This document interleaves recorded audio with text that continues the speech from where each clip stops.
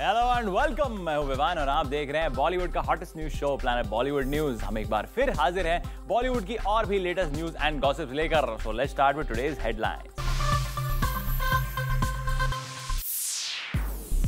शाहरुख और सलमान के घर एलियंस ने क्यों बोला दावा? अभिषेक और जॉन का रियल लाइफ दोस्ताना कहां आया नजर? करण जौहर ने film student of the year के पूरे क्रू को क्यों किया फायर? बताएंगे सैफ और तिग्मांशु धूलिया के बार्टर डील की फुल डिटेल्स और दिखाएंगे सुनील शेट्टी का एक्सक्लूसिव इंटरव्यू। बुलेटिन की शुरुआत करते हैं आज सबसे बड़ी खबर के साथ। रियल लाइफ में एलियंस और एक्टर्स के बीच आपने लड़ाई कई बार देखी होगी, लेकिन अगर रियल लाइफ में किसी एलियन से हो जाए आपकी मुलाकात तो सोचिए कितना खतरनाक होगा वो नजारा। और ऐसे खतरनाक नजारे का सामना करना पड़ा बॉलीवुड के दो बड़े खान शाहरुख और सलमान को। क्या रहा इस इंसिडेंट के बाद उनका reaction? Find out in our top story. Bollywood और हॉलीवुड में आपने स्टार्स और एलियंस की लड़ाई कई बार देखी होगी। रियल लाइफ में ये स्टार्स के साथ एलियंस की फाइट होती है काफी एंटरटेनिंग। लेकिन जरा सोचिए अगर किसी स्टार का रियल लाइफ में हो जाए एलियन से आमना सामना। जी हाँ, ये नजारा हो सकता है काफी डेंजरस और ऐसी ही डेंजरस सिचुएशन से गुजरना पड़ा है दो बड़े खान सलमान और शाहरुख को। रियल लाइफ नहीं, रियल लाइफ में शाहरुख और सलमान के घर पहुंच गए एलियंस। ये एलियंस सलमान और शाहरुख के घर के बाहर कर रहे थे इंतजार कि किस तरह इन दोनों बड़े स्टार से हो जाए उनका आमना सामना। अब आप सोच रहे होंगे कि ये एलियंस शाहरुख और सलमान दोनों के घर पर करने क्या पहुंचे होंगे? तो जनाब, ये वहाँ शाहरुख और सलमान को डराने नहीं बल्कि अपनी फिल्म जोकर को प्रमोट करने पहुंचे थे। और इस पूरे इंसिडेंट की मास्टरमाइंड थी शाहरुख सलमान की फ्रेंड फराह खान।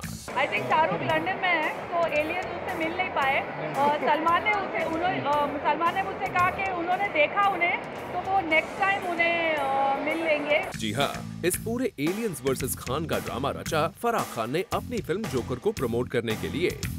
2 दिन पहले ही फराह ने अपनी फिल्म का फर्स्ट लुक लॉन्च किया, लेकिन एक्सपेक्टेशन के मुताबिक इस प्रोमो को रिस्पांस नहीं मिला और फराह ने अपनी फिल्म को प्रमोट करने के लिए शाहरुख और सलमान का लिया सहारा। फराह खान को खूब पता है बॉलीवुड में अगर किसी चीज के साथ खान का नाम जुड़ जाता है तो वो यूं ही बिक जाता है, और अगर शाहरुख और सलमान दोनों का नाम एक साथ किसी प्रोजेक्ट से जुड़ जाए तो फिर उसके क्या कहने। इसी स्ट्रेटजी के तहत फराह ने अपने इस प्रमोशनल कैंपेन को प्लान किया है।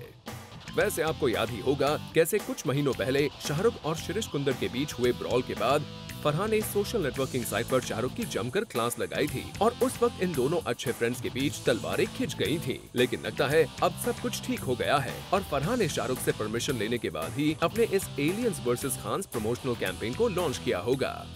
फराह शाहरुख और सलमान का नाम यूज करके अपनी फिल्म के लिए आई बॉल्स अट्रैक्ट कर लेंगे, लेकिन फिल्म की असली परीक्षा तो थिएटर्स में ऑडियंस ही लेगी। एंड वी जस्ट होप इस फिल्म का हाल 30 मार खां की तरह ना हो जाए। For Hardik Tanna, zoom, Mumbai.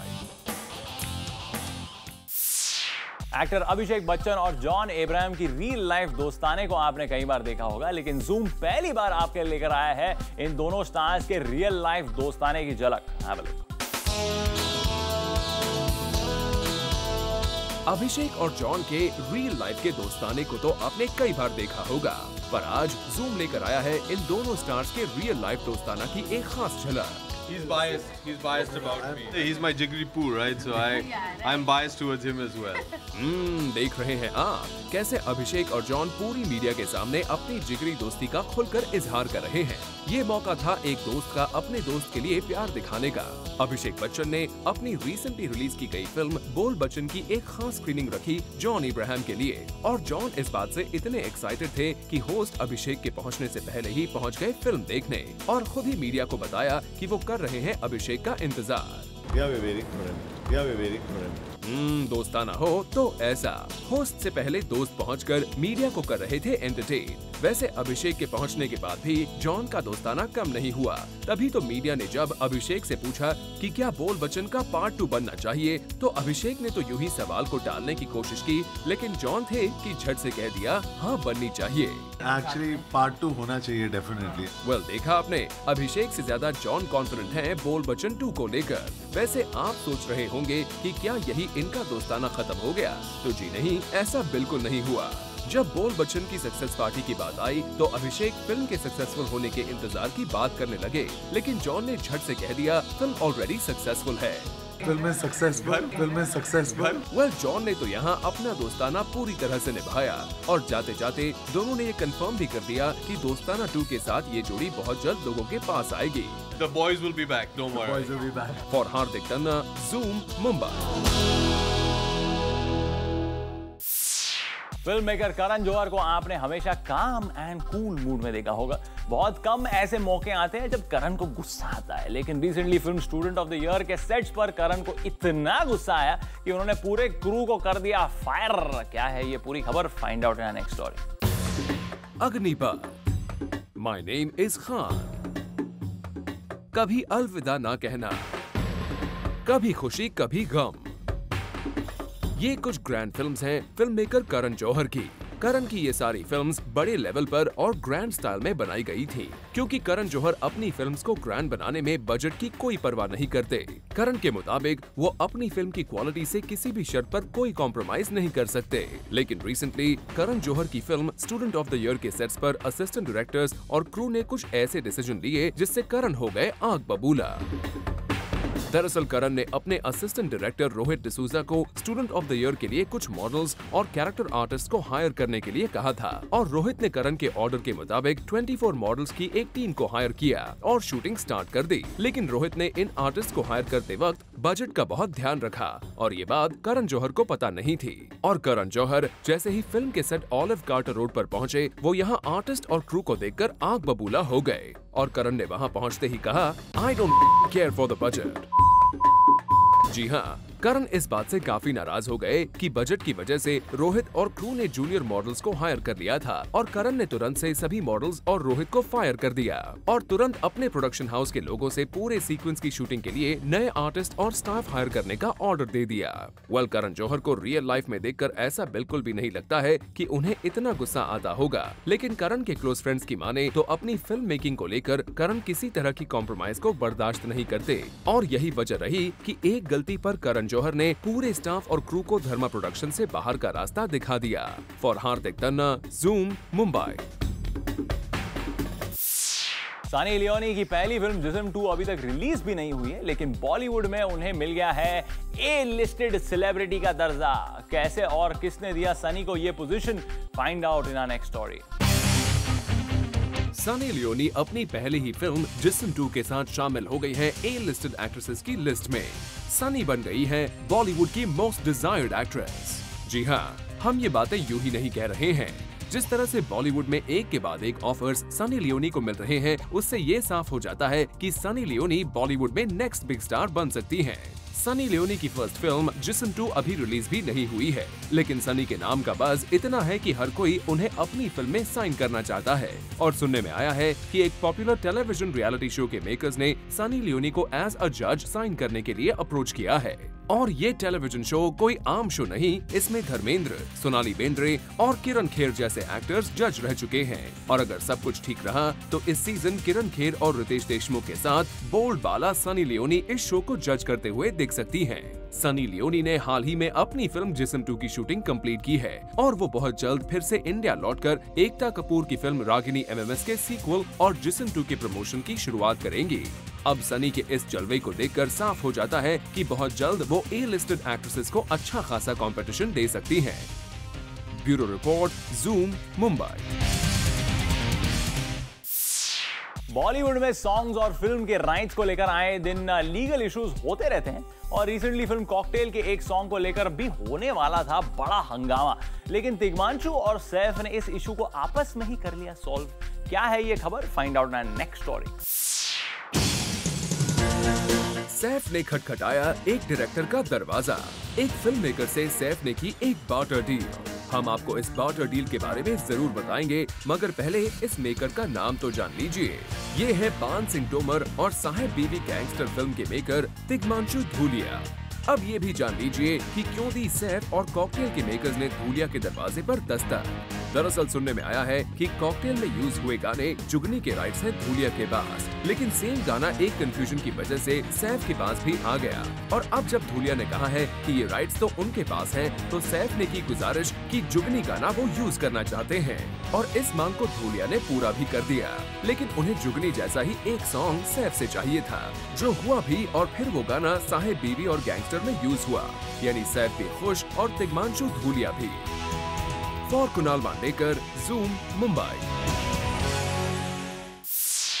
Bollywood के 3 कॉमेडी सुपरमैन चंकी पांडे, शेखर सुमन और मीका पहुंचे एक टेलीविजन कॉमेडी शो के लॉन्च पर, और यहां इन तीनों ने मिलकर ऑडियंसेस को खूब हंसाया। Have a look.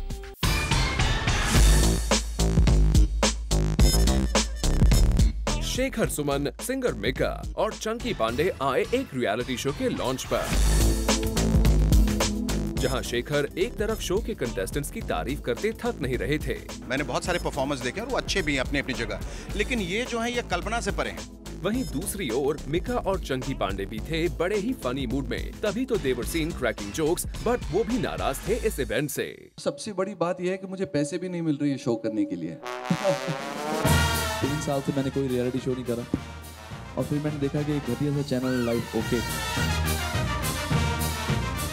अब बातों बातों में मीका और चंकी ने सच बोल दिया या वाकई जोक था, ये तो वो खुद ही जाने, पर इतना जरूर दिखाई दिया कि यहाँ आए शेखर ने स्टेज पर इतनी सारी बातें बोल दी कि खुद चंकी पांडे भी परेशान हो गए।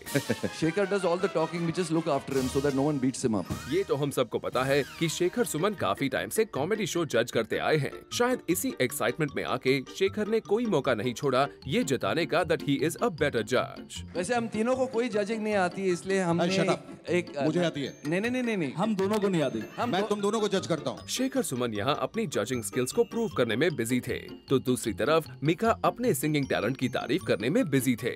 हमारे क्या होता है सिंगर्स में, मैं ये नहीं मैं बुराई कर रहा हूँ कि अगर हम सीडी भी चला देते हैं +1 पे, तब भी लोग डांस करना शुरू कर देते हैं।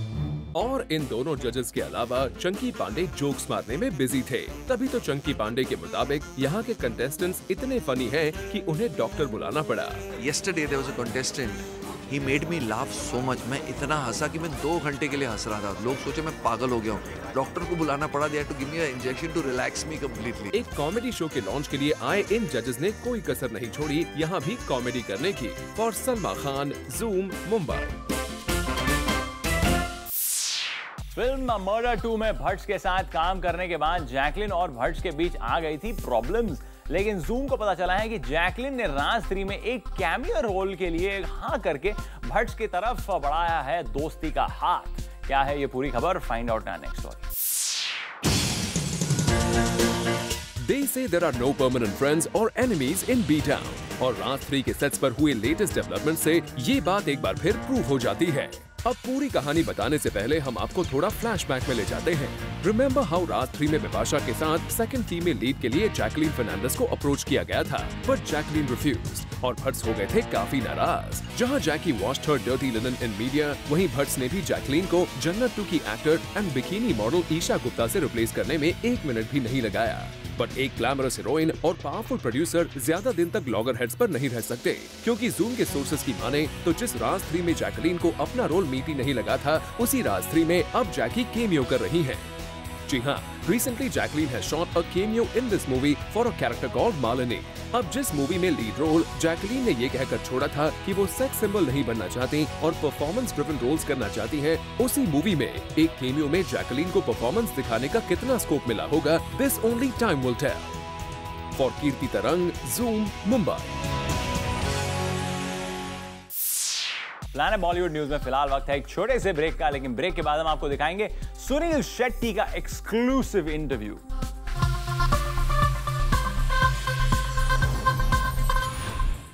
सुनील शेट्टी की अपकमिंग फिल्म पिक्चर अभी बाकी है, बॉलीवुड में फैले कास्टिंग काउच पर बेस्ड है, और सुनील ने जूम के साथ बात करते हुए यह खुलासा किया कि बॉलीवुड में कास्टिंग काउच अभी भी एग्जिस्ट करता है।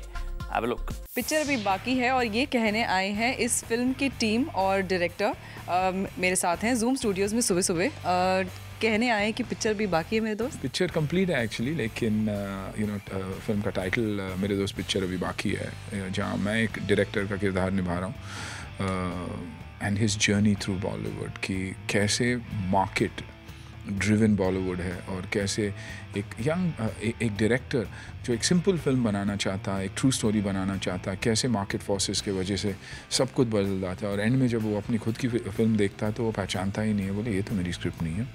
तो उसके लिए पिक्चर अभी बाकी है। अच्छा, और आपके लिए शायद ये पर्सनली थोड़ा इजी रहा होगा क्योंकि आपने इतने साल इंडस्ट्री में बिताए हैं, तो playing a director who goes through all these things you might have seen it in so many years in the industry. Absolutely, but you know I have seen it क्योंकि स्क्रिप्ट्स चेंज होते रहे, action करता रहा तो लोगों ने कहा यार इसमें थोड़ा आइटम गाना भी डालो और 2 गाने डालो, नहीं तो म्यूजिक कंपनी जो है प्रमोट नहीं करेगी। मैं जानना चाहूँगी ऐसी कौन सी फिल्म थी जिसमें आपने काम किया था पहले? नहीं, लेकिन बहुत सारी फिल्में हैं। देखिए ना, जो भी मेरे पहले की फिल्में होती थी, फॉर्चुनेटली मुझे म्यूज़िक अच्छा हमेशा मिला, तो म्यूज़िक होना बहुत ही ज़रूरी है। कास्टिंग काउच, ऐसे जैसे कि अभी आपने सुना कि यू नो मेरे डायरेक्टर थे, हीरो को, गुड लुकिंग हीरो को बोले जरा पास आ जाओ, कम क्लोज टू मी। तो you know the existence of the casting couch, music directors, I think क्या किया मेरे हिसाब से बहुत ही कॉन्ट्रोवर्शियल फिल्म है क्योंकि लोग देखने के बाद करेंगे, बोलेंगे कि आप इनसे इंस्पायर होके तो नहीं किए। आई थिंक अगर आप रजनीश से पूछेंगे तो आपको कॉन्ट्रोवर्सीज ज़्यादा अच्छे से पता चलेंगे क्योंकि 12 या 13 किरदार है that have inspired you? Yeah, this is one of the most inspiring films. कितनी फिल्मों से इंस्पिरेशन लिया आपने? इसमें I don't think फिल्मों से नहीं, इसमें फिल्म के जो फिल्मी लोगों से, जो फिल्म के रियल कैरेक्टर्स हैं। इस फिल्म में आप देखेंगे कि जो एंटरटेन करने वाले हैं उनके पीछे की कहानी क्या है। तो राइटर कैसे कहानी लिखता है, हीरोइन की मम्मी जी कैसे हीरोइन के डिसीजंस को इन्फ्लुएंस करती है, एक्शन हीरो कैसे आकर हीरोइन को रेप होने से बचा लेता है। एक्शन हीरो आके गाना मांगता है और क्योंकि एक्शन हीरो गाना मांगता है, रोमांटिक हीरो बोलता मैं भी फाइट करूंगा। तो मुझे कुछ याद आ रहा है, सुनील शेट्टी एक ज़माने में बड़े अच्छे एक्शन हीरो थे, तो कभी आपने ऐसा गाना मांगा है? आपने ये क्यों कहा ज़माने में? काफ़ी टाइम से आपकी कोई एक्शन फिल्म आई नहीं है। आपने बोला ज़माने में, अभी मेरी अगली फिल्म आ रही है enemy, out and out action. ये बच्चे क्या एक्शन करेंगे, उन्होंने सोच भी नहीं सकते एक्शन करने। ये तो सब केबल पे नाच रहे हैं आजकल, हम बिना केबल के नाचते थे। तो लास्ट में आपसे पूछा कि इंडस्ट्री से स्क्रीनिंग के लिए कोई स्पेशल लोगों को बुलाया जाएगा इस फिल्म के लिए? कोई स्पेशल स्क्रीनिंग होगी इंडस्ट्री? नहीं, देखिए मैं एज एन एक्टर, मुझे स्क्रिप्ट अच्छा लगा, मैंने तब इनसे कभी पूछा नहीं कि आप किससे इंस्पायर होके स्क्रिप्ट लिखे आपने। मैं as an actor I have done my job. बाकी जो भी हो, गाली गलौज मार पीट सब इनके नाम पे। मुझे डर है भाइयों का, क्योंकि इन्होंने भाइयों को बहुत यूज़ किया है फिल्म में, भाई और उसके आइटम गर्ल को, क्योंकि यू नो बाकियों का वैसे नाम ले लिया, उनका भी नाम ले लिया। I feel underworld is still safe compared to film world because I don't have to deal with underworld. We are not actually pulling down anyone. There is no below the belt. It's like I am sure yaar, I mean कि we Bollywood, we people in Bollywood, we can laugh at ourselves. We can laugh at ourselves. It's a clean humor. It's not that we are pulling someone down. And why would we? It's a showing mirror to Bollywood. Thank you so much for coming to our studios and hope ये picture बाकी ना हो, पूरी अच्छे से जाए और happy ending हो इस पिक्चर की। Thank you so much. Thank you. Planet Bollywood news में फिलहाल वक्त है एक छोटे से ब्रेक का, लेकिन ब्रेक के बाद आपको दिखाएंगे रानी मुखर्जी कैसे कर रही है सलमान को फॉलो।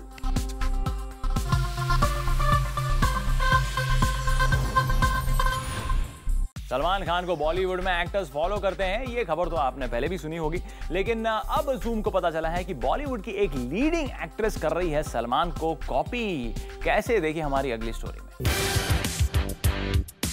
बॉलीवुड में सलमान को कॉपी करने वालों की कमी नहीं है। किसी ने सलमान से बॉडी बनाना सीखा है तो कोई सलमान की तरह मीडिया से बात करने की कोशिश करता है। आपको लगता है इस सवाल का जवाब मैं दूंगा। और अब सलमान की फैन लिस्ट में शामिल हो गई है बॉलीवुड की एक्ट्रेस। जी हाँ, रानी मुखर्जी भी कर रही है सल्लू को कॉपी, लेकिन वो सल्लू की स्टाइल या एक्टिंग कॉपी नहीं कर रही, बल्कि रानी कॉपी कर रही है सलमान का फिटनेस रेजीम। आजकल रानी पुणे में अपनी फिल्म अय्या की शूटिंग कर रही है और फिल्म के सेट्स पर पहुँचने के लिए रानी ले रही है साइकिल का सहारा।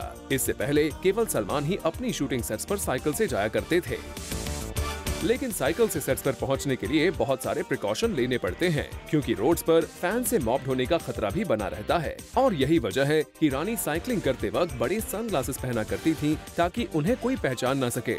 वैसे शूट अब लगभग कंप्लीट हो चुकी है, लेकिन रानी के इस डेयरिंग डिसीजन को मानना पड़ेगा। भले ही वो सलमान को कॉपी कर रही है, लेकिन उन्हें इस बात का ख्याल रखना चाहिए कि सल्लू मॉब से अपना प्रोटेक्शन खुद कर सकते हैं। लेकिन अगर रानी को साइकिलिंग करते वक्त फैंस ने पहचान लिया होता तो उन्हें कौन बचाता? हाँ, फिर इन्हीं पर होता पूरा दारोमदार। फॉर कीर्ति तरंग, zoom, Mumbai. With this, it's a wrap. Planet Bollywood News में कल हम फिर लौटेंगे लेकर बॉलीवुड की और भी latest news and gossip. Till then, keep watching Zoom, India's #1 Bollywood channel.